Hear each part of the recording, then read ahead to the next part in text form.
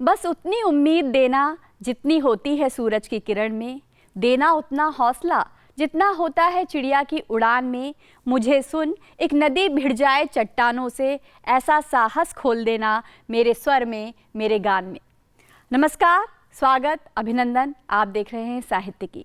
क्या केवल कोरे शब्दों से किसी को हौसला मिल सकता है?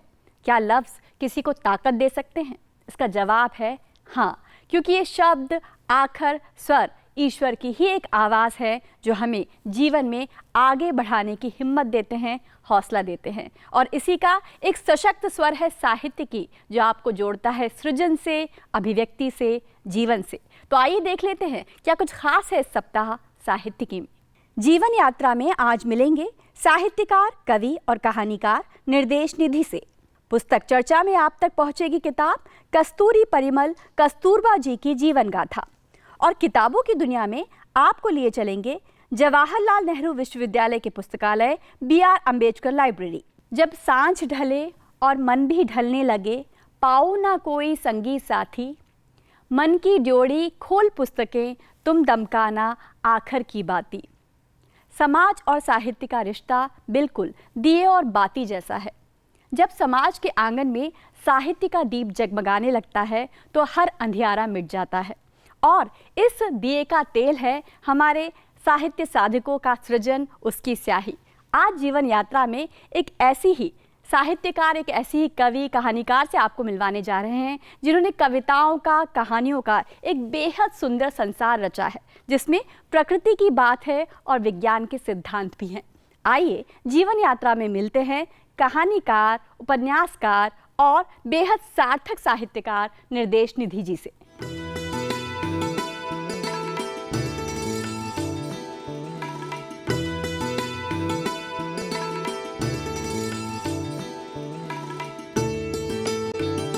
हमारे साथ हैं वरिष्ठ साहित्यकार, कवित्री, बेहद संवेदनशील कहानीकार और प्रकृति को एक नई दृष्टि से देखने वाली, पर्यावरण और विज्ञान को एक नई दृष्टि से हमें समझाने वाली निर्देश निधि जी।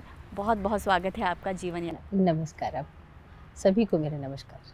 निर्देश जी, आपकी जो कहानियाँ हैं वो ना केवल समाज की जो विसंगतियाँ हैं या उनमें जो मानव मन की अभिव्यक्ति है वो हम तक पहुंचाती हैं, बल्कि उसमें प्रकृति का स्वर भी बड़ी तेज़ी से सुनाई देता है, बड़ा स्पष्ट सुनाई देता है।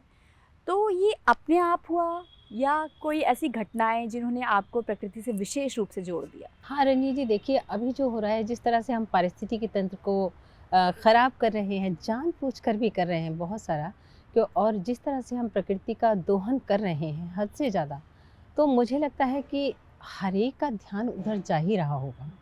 तो मेरा इसी तरह से, जैसे प्रकाश प्रदूषण है, ध्वनि प्रदूषण है, जिन पर लोगों का ध्यान नहीं जाता, तो उन पर ज़रूर जाना चाहिए। हम लेखकों का ये दायित्व है कि हम लोग देखें और सबको बताएं भी। तो मुझे अंदर से है, मतलब प्रकृति से मुझे अंदर से प्रेम है और मुझे बहुत उद्वेलित करती हैं चीज़ें, बहुत परेशान करती हैं जब मैं देखती हूँ प्रकृति का।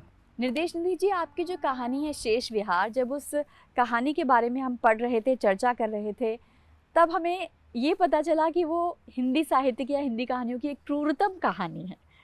ये जो आपने विज्ञान का उसमें एक दृश्य दिखाया है, तीसरे विश्व युद्ध की जो संभावना को उसमें प्रकट किया है, वो कहानी लिखने की ज़रूरत कैसे महसूस हुई? शेष विहार लिखने की ज़रूरत, देखिए ऐसे कोई डेलिबरेटली कुछ नहीं हुआ।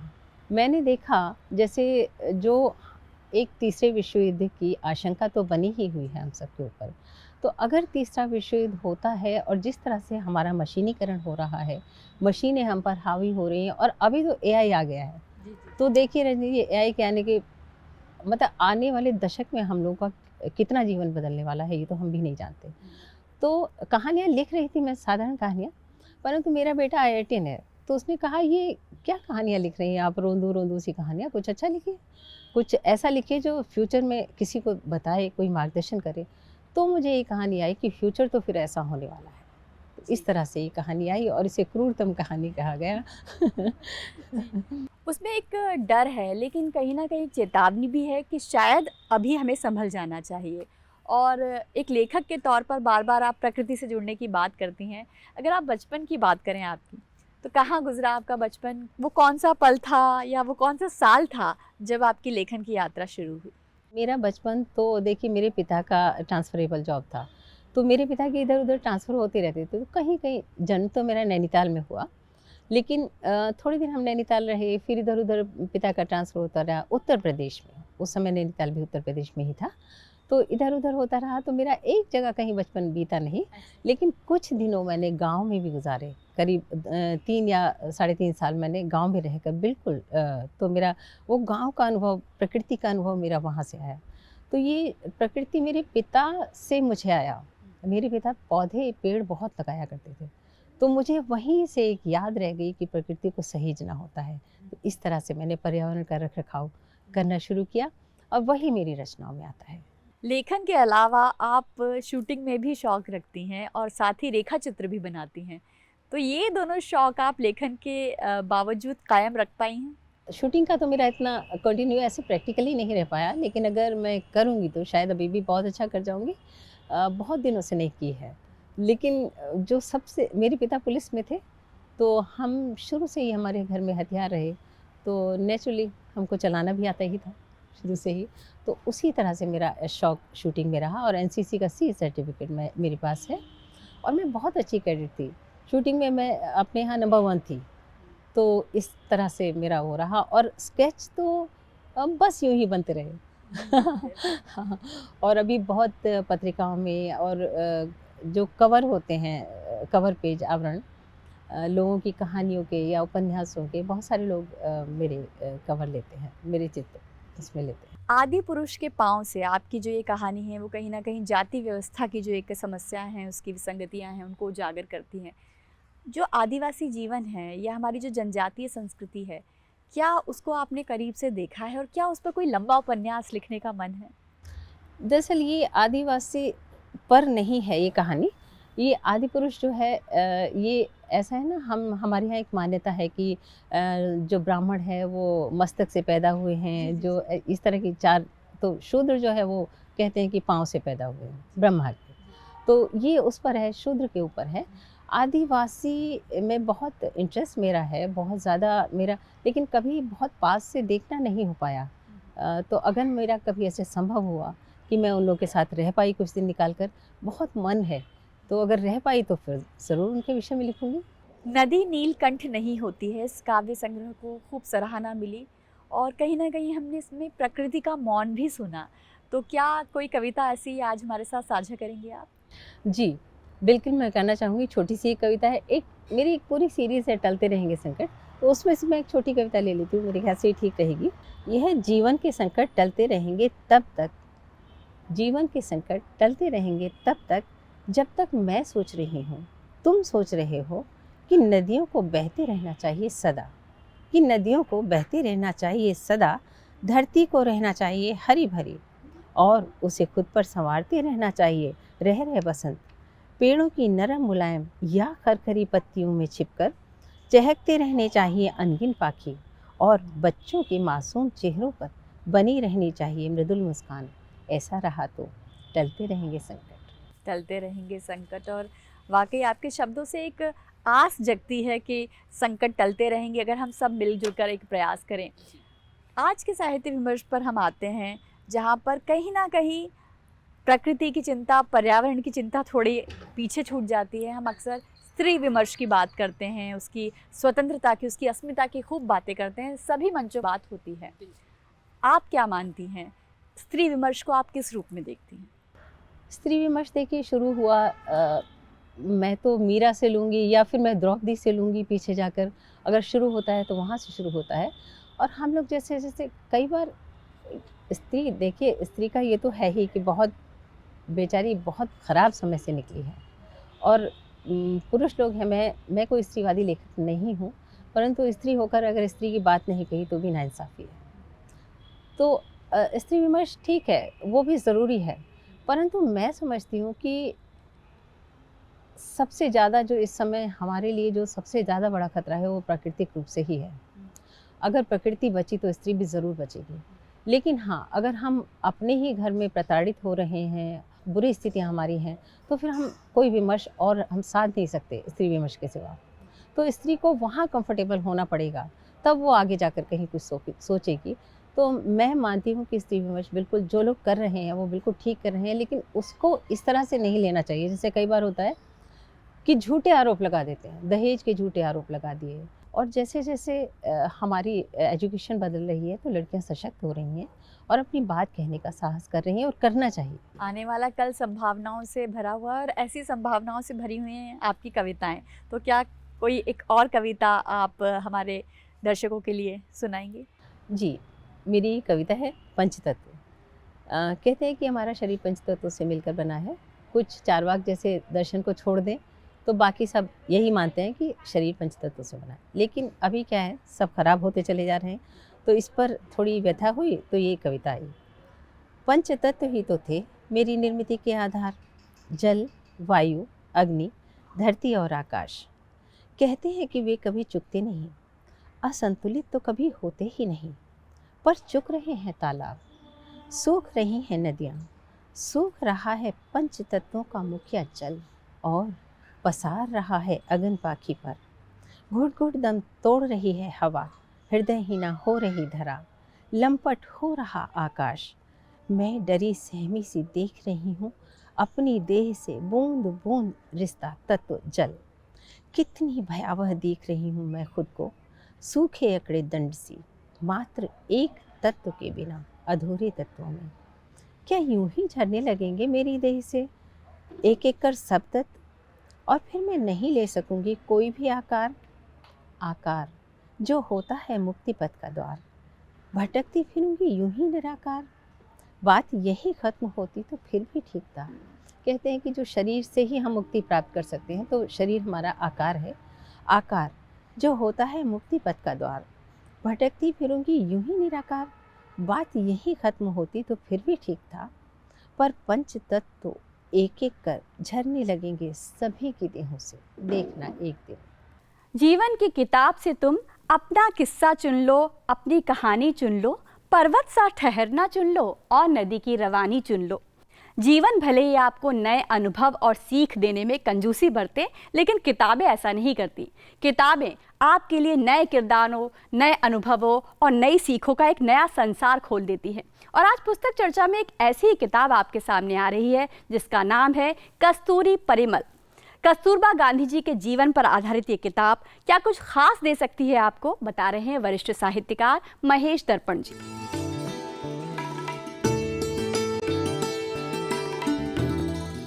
कस्तूरी परिमल यह मराठी उपन्यास विश्वास पाटिल द्वारा लिखित है, और अच्छी बात यह है कि इसका हिंदी अनुवाद भी विश्वास पाटिल ने ही किया है।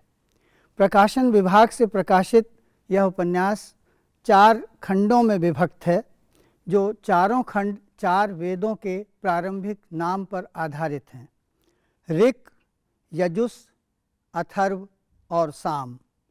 प्रारंभ में संस्कृत की वेदवाणी से हर अध्याय शुरू होता है, और इसके बाद उसका अर्थ और कथा के साथ संबंध बताते हुए रचनाकार कस्तूरबा गांधी के जीवन को इस तरह से प्रस्तुत करता है कि गांधी के साथ मिलकर कैसे कस्तूरबा स्वयं एक स्वतंत्र विकासमान व्यक्तित्व में परिवर्तित हुई। तथ्याधारित यह उपन्यास गहन शोध के बाद लिखा गया है।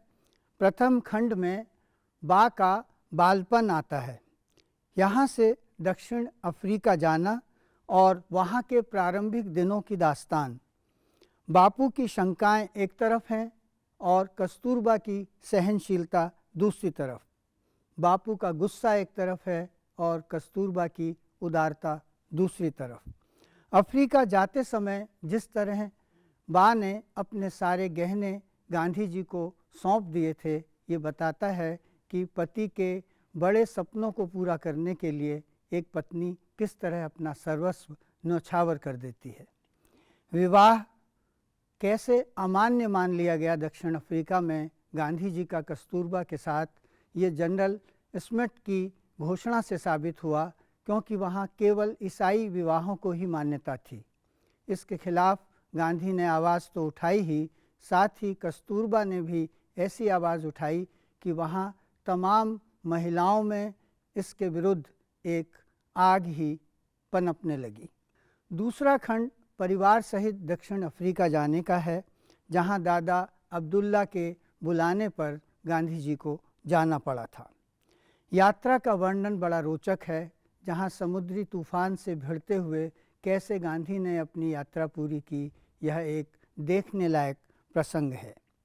अंग्रेज़ों का गांधी विरोध ऐसा था जिसे देखकर गांधी भी प्रारंभ में चकरा गए, लेकिन बाद में उन्होंने पाया कि एक बड़े व्यक्तित्व को हमेशा विरोध किस तरह से सहना पड़ता है। उन्होंने अंग्रेज़ों के विरोध को धता बताते हुए अपना व्यक्तित्व का विकास दक्षिण अफ्रीका में इस तरह से किया कि वो वहाँ एक पूज्य व्यक्तित्व के रूप में विकसित हुए।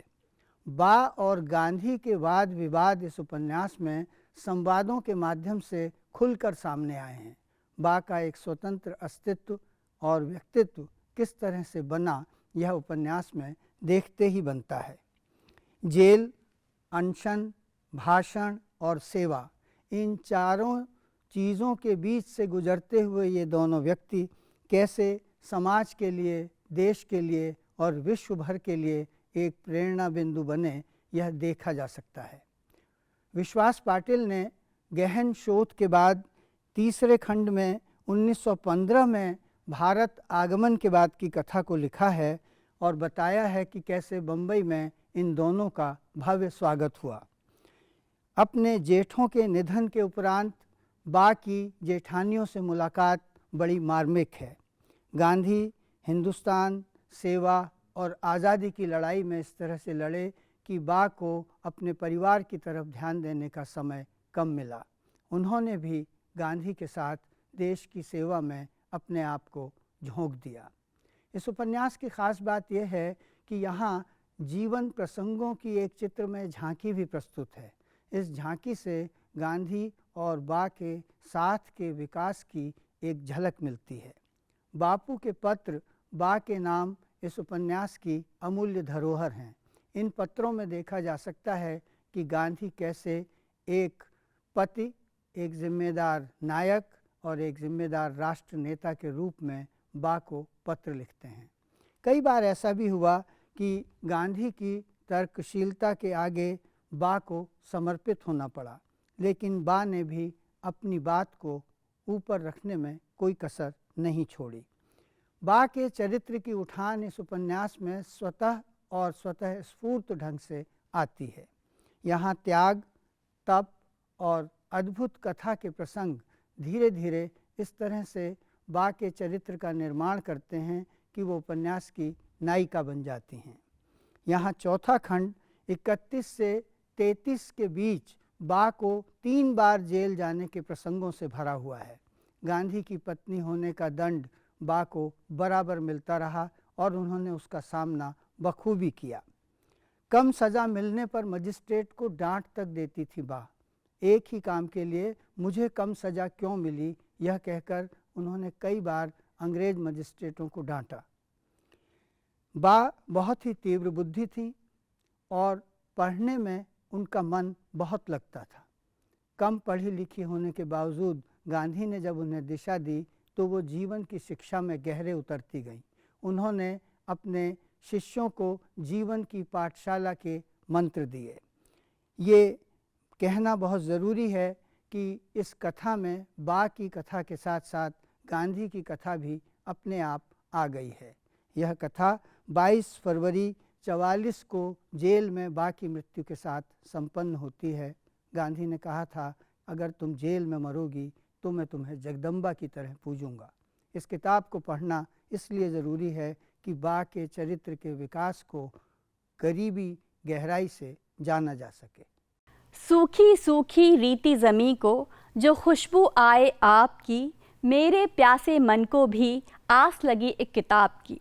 किताब आपके मन को इल्म के उजाले से भर देती है, अज्ञान की हर प्यास को मिटा देती है। और आज किताबों की दुनिया में हम आपको एक ऐसे ही पुस्तकालय में लिए जा रहे हैं जहां ज्ञान का अथाह समंदर है। आपको लिए जा रहे हैं जवाहरलाल नेहरू विश्वविद्यालय के पुस्तकालय डॉक्टर BR अम्बेडकर लाइब्रेरी में। हमने बात की यहाँ के pro vice chancellor professor Dipendra Nath Das ji और कार्यवाहक पुस्तकालय अध्यक्ष डॉक्टर मनोरमा त्रिपाठी जी से।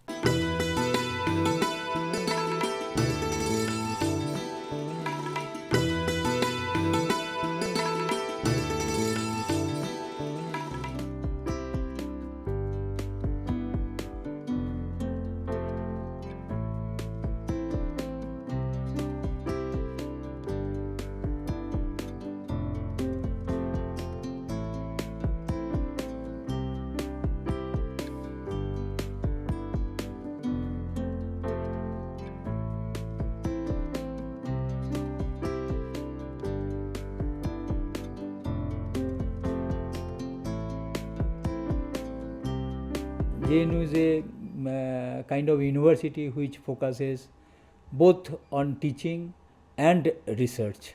The number of students currently it's around 10,000 students, and they are distributed in several schools. We have 13 schools and 9 special centers. And most important thing is that JNU is a kind of residential universities. So we usually try to house all the students in our hostels.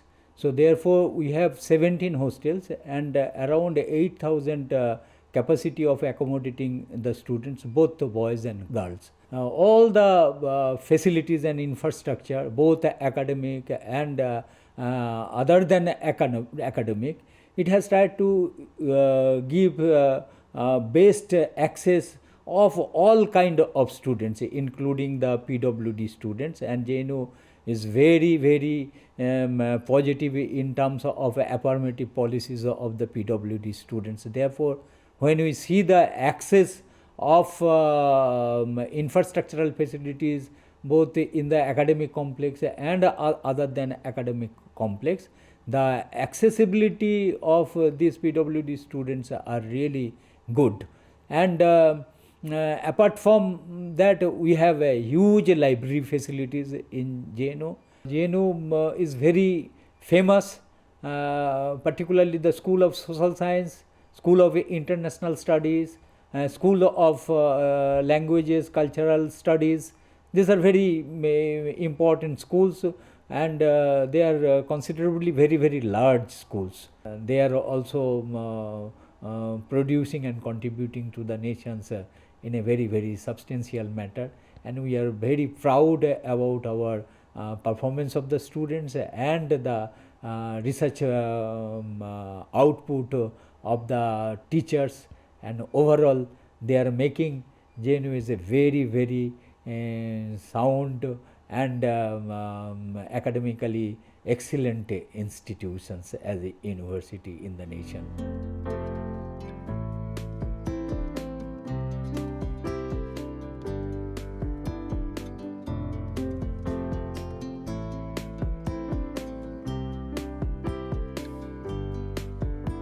आज मैं बात करूंगी जवाहरलाल नेहरू विश्वविद्यालय के केंद्रीय पुस्तकालय के बारे में, उसके संग्रह, उसकी सुविधाओं के बारे में मैं चर्चा करूंगी।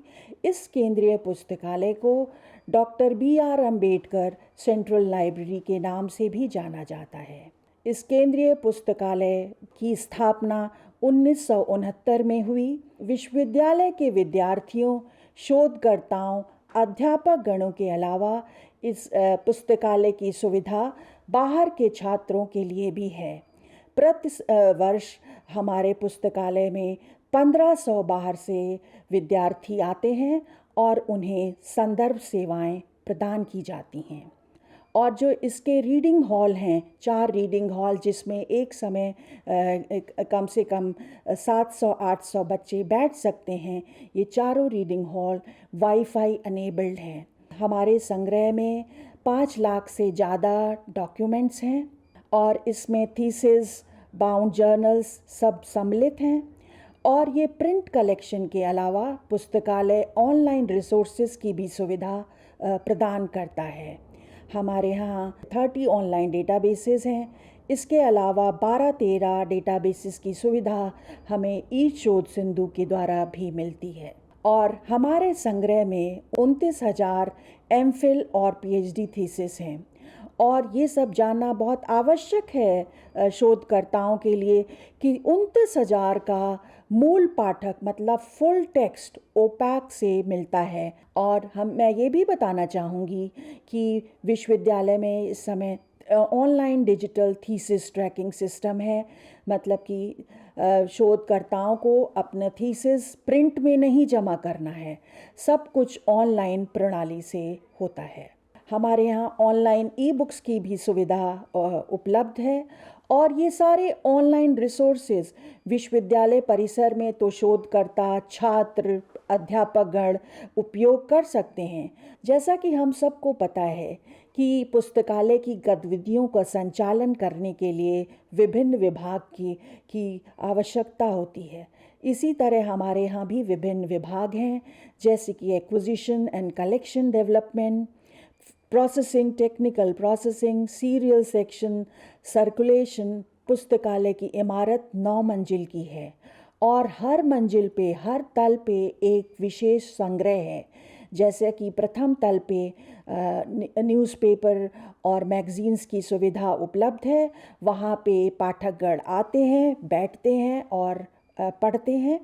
दूसरी और तीसरे तल पर सोशल साइंस का संग्रह है। इसी तरह चौथे और पांचवें तल पर भाषाओं का संग्रह है। इस समय ये भी बताना जरूरी है कि विश्वविद्यालय में बीए प्रोग्राम में विभिन्न भाषाओं में कोर्स ऑफर किए जाते हैं, उसी के अनुसार संग्रह भी विकसित करा जाता है। और छठे तल पर टेक्स्ट बुक सेक्शन है, जहाँ पे छात्रगण 2-3 दिन के लिए टेक्स्ट बुक सेक्शन से बुक इशू करा सकते हैं। और 7वें फ्लोर पे साइंस कलेक्शन है, 8वें फ्लोर पे रशियन लैंग्वेज कलेक्शन है और 9वीं फ्लोर पे पीएचडी थीसिस और डेजर्टेशंस का संग्रह किया गया है। हर महीने प्रथम सोमवार को जितनी भी नई पुस्तकें आई होती हैं उनका न्यू बुक अराइवल डिस्प्ले करते हैं, जिससे कि छात्रों को, शोधकर्ताओं को और अध्यापकों को पता चले कि उनके क्षेत्र में क्या क्या नई पुस्तकें पुस्तकालय संग्रहित कर रहा है। सबको सूचना की प्राप्ति हो, तो इसीलिए एक हेलन केलर यूनिट स्थापित किया गया है और इसमें जो नेत्र बाधित छात्र हैं उनको सहयोग करा जाता है उनके एकेडमिक एंड रिसर्च एक्टिविटीज़ में। तो वहाँ पे लाइब्रेरी ने 20 टर्मिनल्स लैपटॉप लगाए हैं, जिसमें कि स्पेशल सॉफ्टवेयर लोडेड हैं और वो सॉफ्टवेयर हैं कर्जवेल, जॉज, मैजिक। और ये सॉफ्टवेयर नेत्र बाधित छात्रों को मदद करते हैं। जवाहरलाल नेहरू विश्वविद्यालय का केंद्रीय पुस्तकालय 24 घंटे खुला रहता है और ये वर्ष में सिर्फ 4 दिन बंद रहता है, जैसे 26 जनवरी, 15 अगस्त, होली और 2 अक्टूबर। और अंत में मैं इस प्रोग्राम के माध्यम से सभी दर्शकों को ये कहना चाहूँगी, चाहे आप विद्यार्थी हों, चाहे आप शोधकर्ता हों, चाहे आप अध्यापक हों या अभिभावक हों या आप गृहिणी हों, पर आप अपने आसपास की पुस्तकालय के महत्व को समझें, वहाँ पे जाएं, पढ़ें, सीखें, आत्मसात करें, उसे अपने जीवन में उतारें, समाज में अपना योगदान दें और आगे बढ़ें। मन की गिरह को खोलो, कुछ लिखो, कुछ बोलो, आखर के फूलों पर तुम भंवरे बन झूमो, तितली बन डोलो। जीवन के उपवन में, शब्दों की किताबों में बहुत सारी किस्से, कहानियाँ, किरदार आपका इंतज़ार कर रहे हैं। सृजन का आसमान आपका इंतज़ार कर रहा है, अभिव्यक्ति की धरती आपका इंतज़ार कर रही है। और आपको सृजन और अभिव्यक्ति से जोड़ने के लिए साहित्यिकी का मंच तो हमेशा ही सजा हुआ है। तो अगले हफ्ते भी साहित्य के समंदर से अनमोल मोती लेकर आएंगे आपके लिए। फिलहाल आज मुझे और मेरी पूरी टीम को दीजिए अनुमति। नमस्कार।